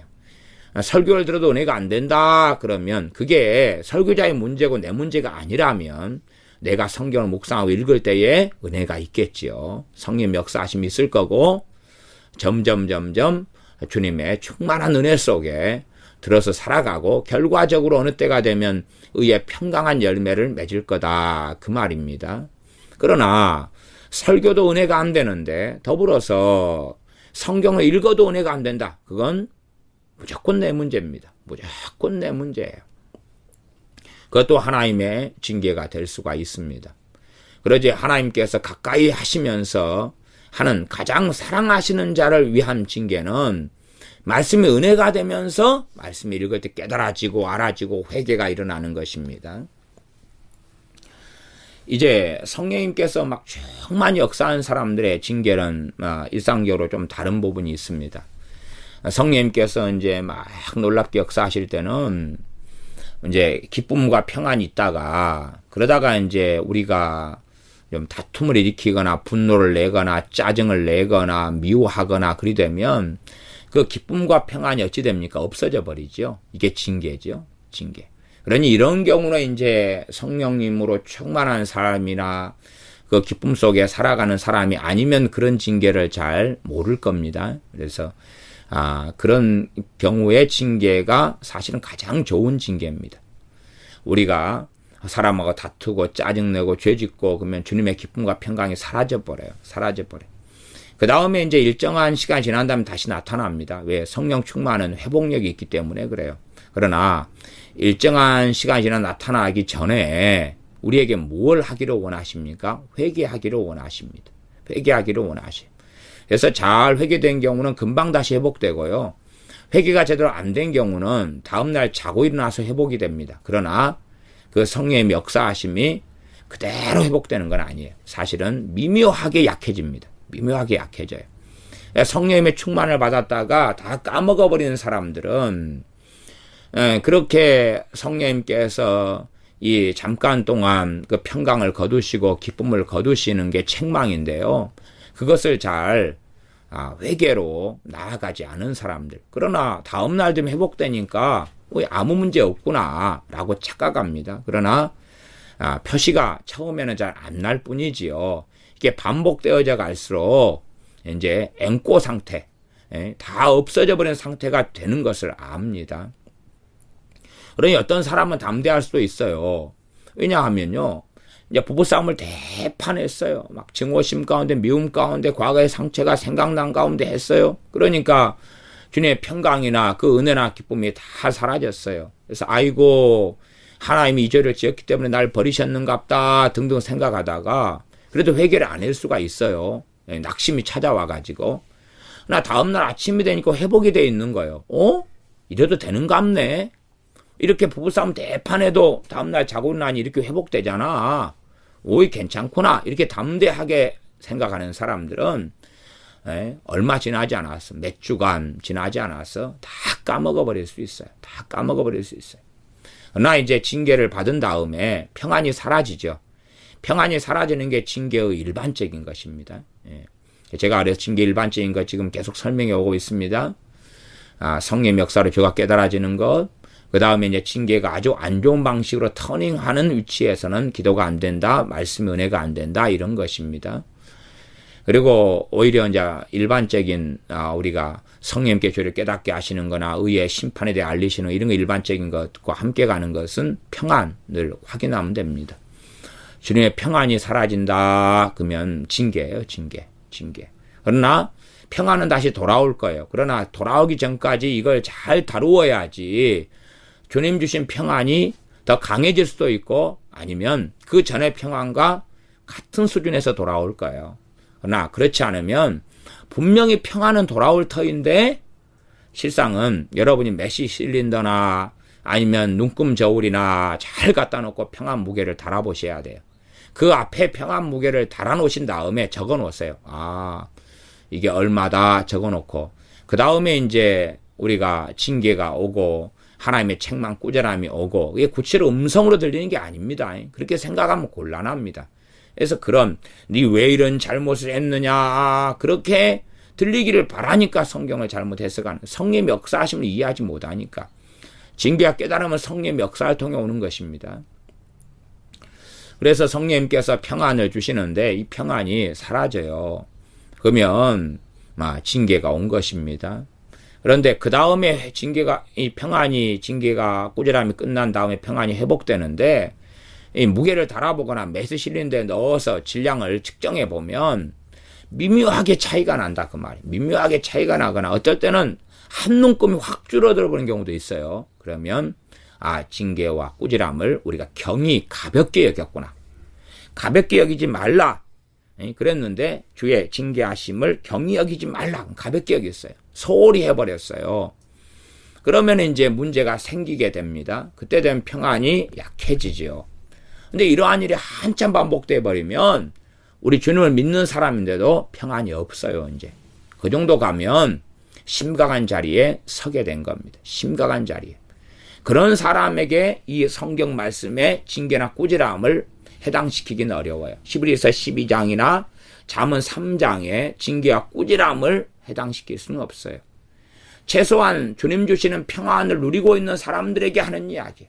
그러지 한참 매일 가지고 있는 거 걱정밖에 없고 가지고 있는 건 낙심밖에 없고 좌절밖에 없고 염려밖에 없고 불안밖에 없고 초조함밖에 없고 조급함밖에 없고 산만함밖에 없고 이런 사람들에게는 이 히브리서 12장하고 잠언 3장의 말씀을 해당시키기가 유감스럽게 어렵습니다.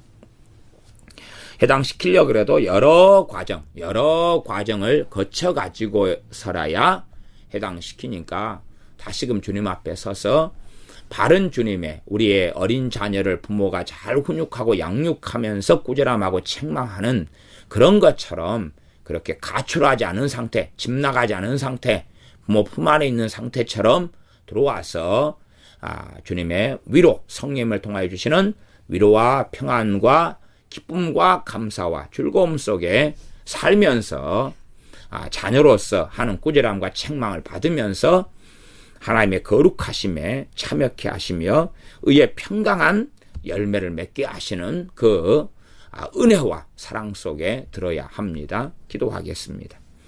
아버지 하나님, 우리가 이 잠언 3장과 히브리서 12장에 하나님의 꾸지람, 하나님의 책망을 잘 이해할 수 있도록 도와주셔서 우리가 어리석어지고 잘못되고 정욕 가운데 살면서 드는 또한 사단의 공격 속에 들어 생기는 고난과 환난에 대하여서 그것을 이 말씀과 억지로 대입시키고 나에 해당돼라고 착각하는 가운데 살지 않도록 도와주시고 나아가서 사랑하시는 자에게 주시는 주님의 꾸지람과 책망과 채찍질을 우리가 받고 살아갈 수 있도록 그리함으로 하나님의 거룩하심에 참여하고 의의 평강한 열매를 맺는 자녀들이 되게 도와주시옵소서. 우리 주 예수님의 이름으로 기도하옵나이다. 아멘.